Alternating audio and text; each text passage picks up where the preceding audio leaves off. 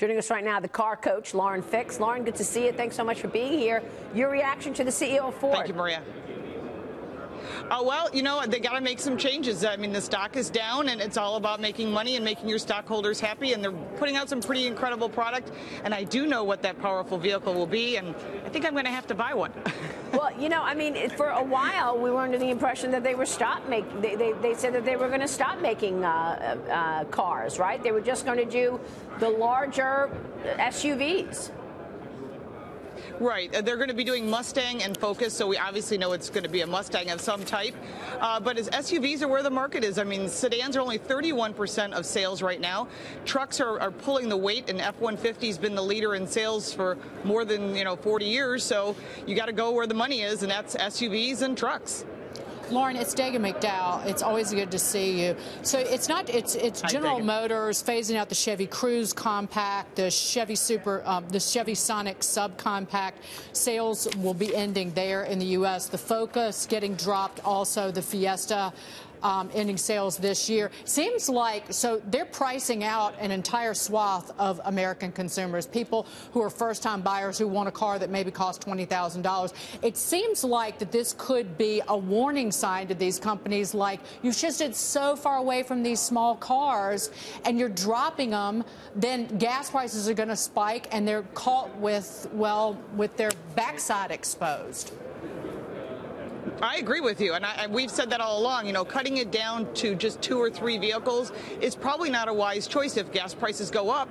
But now you're looking at vehicles like the Hyundai Kona, which just won Utility Vehicle of the Year, and you look at a vehicle that's under $20,000. It gets great fuel economy and has everything that a car would have. It just has more utility and more storage. So I think you're seeing a transition to that, but there are still cars available that are under $20,000 that are Korean, for example, the Kia Rio, the Hyundai Accent, and there's other product that's still available for those people who really don't want an SUV.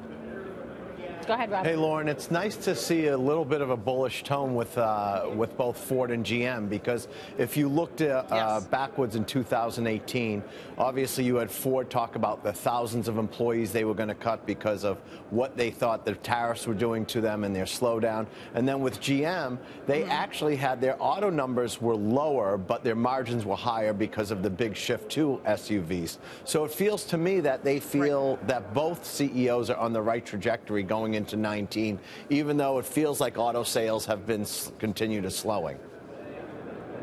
Well, we actually had pretty good auto sales this year, 17.3 million. They're projecting about 16.9 for next year.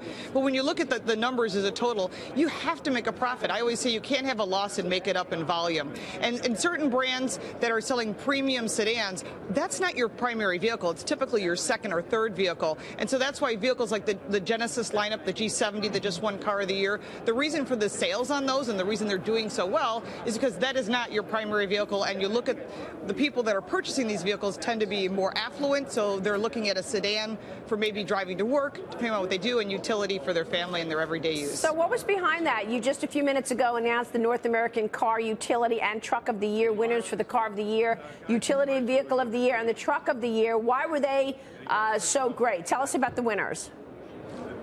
Okay, the Genesis G70 is really a competitor to the Germans. When you think about it, the Germans have really taken over that performance sedan area where you're getting all that technology, all that safety, and the price can be very expensive when you start adding in the options. So Genesis went head-to-head with them by creating a premium vehicle that includes everything standard, all the safety, all the heated, cooled seats, the heated steering wheel, the wireless charging, literally every safety feature, and the price point substantially less. So I think that's why it won Car of the Year, and it does perform on the track, and that's an important factor if you're going to run up against the Germans. When it comes to utility, I think the winner, which I was kind of surprised, it was the Hyundai Kona and Kona Electric.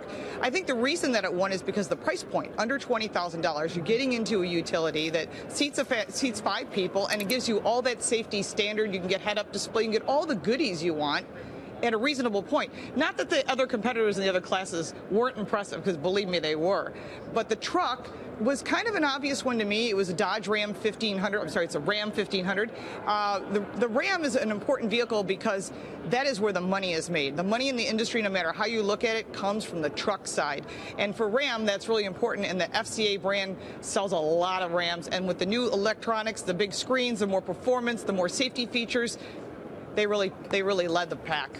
Really fascinating what's going on in the auto industry today. Lauren, thank you. Yeah. Lauren Fix joining us there.